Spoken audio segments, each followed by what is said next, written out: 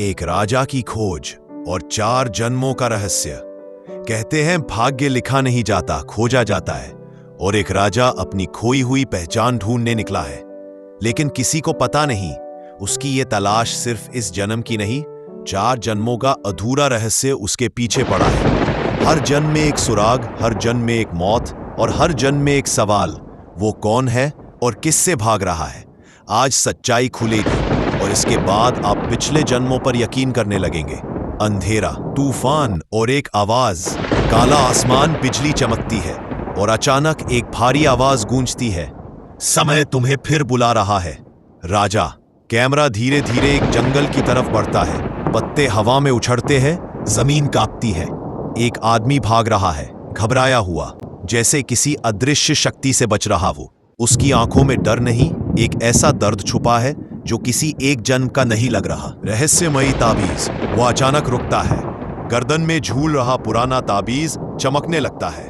उसके अंदर से एक लड़की की चीख सुनाई देती है, वापस आओ, तुमने मुझे अधूरा छोड़ दिया। आदमी जमीन पर गिर पड़ता है। बिजली की एक तेज चमक और स्क्रीन पूरी सफेद। 4 जन्मों की झलक सफेद स्क्रीन से एक कर 4 फ्लैश।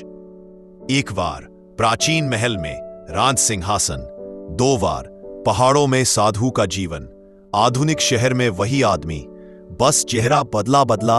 हर फ्लैश के बीच एक ही आवाज, तुम भाग सकते हो पर अपने जन्मों से छिप नहीं सकते।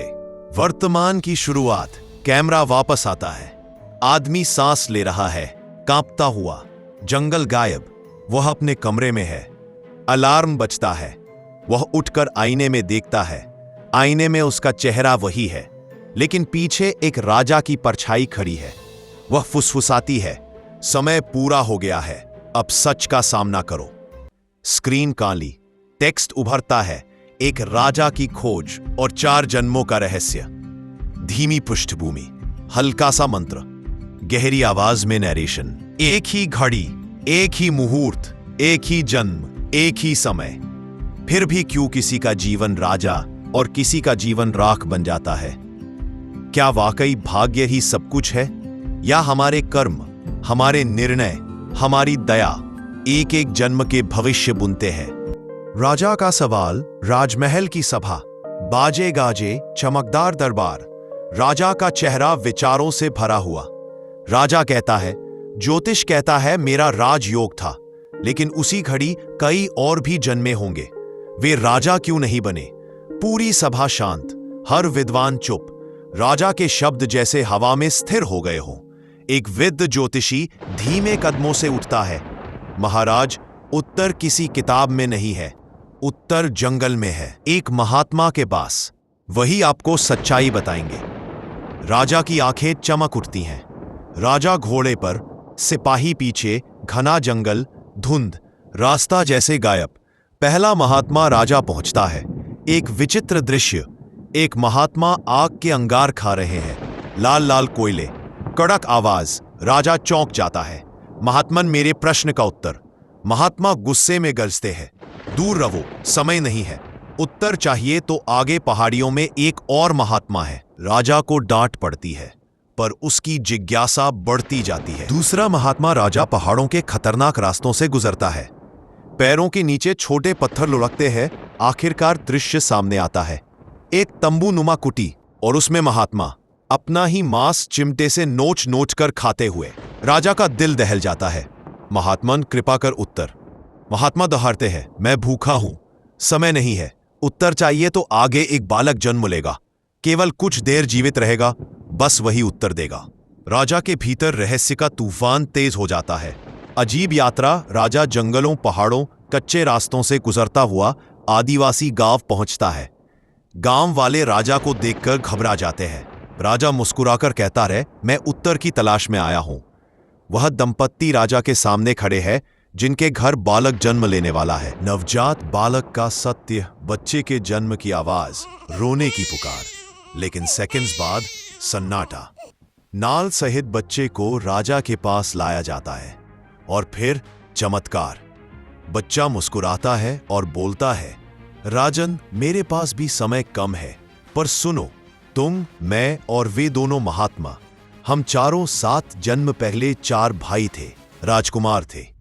बच्चा आगे कहता है, उस जन्म में हम जंगल में खो गए थे, 3 दिन भूखे थे। तभी हमें एक आटे की पोटली मिली। हमने 4 बाटियां सेकी। धीरे धीरे कहानी में गहराई आती है। जैसे ही हम खाने बैठे, एक भूखा महात्मा आया। बेटा, 10 दिन से भूखा हूं, थोड़ा दे दो। वह सबसे बड़े भाई के पास गया, वही जो आज अंगार खाता दिखाई दिया। उसने कहा, अपनी बाटी दूंगा तो क्या आग खाऊं? और उसने महात्मा को डांटकर भगा दिया। महात्मा दूसरे भाई के पास गए, वही जो आज अपना मांस खा रहा था।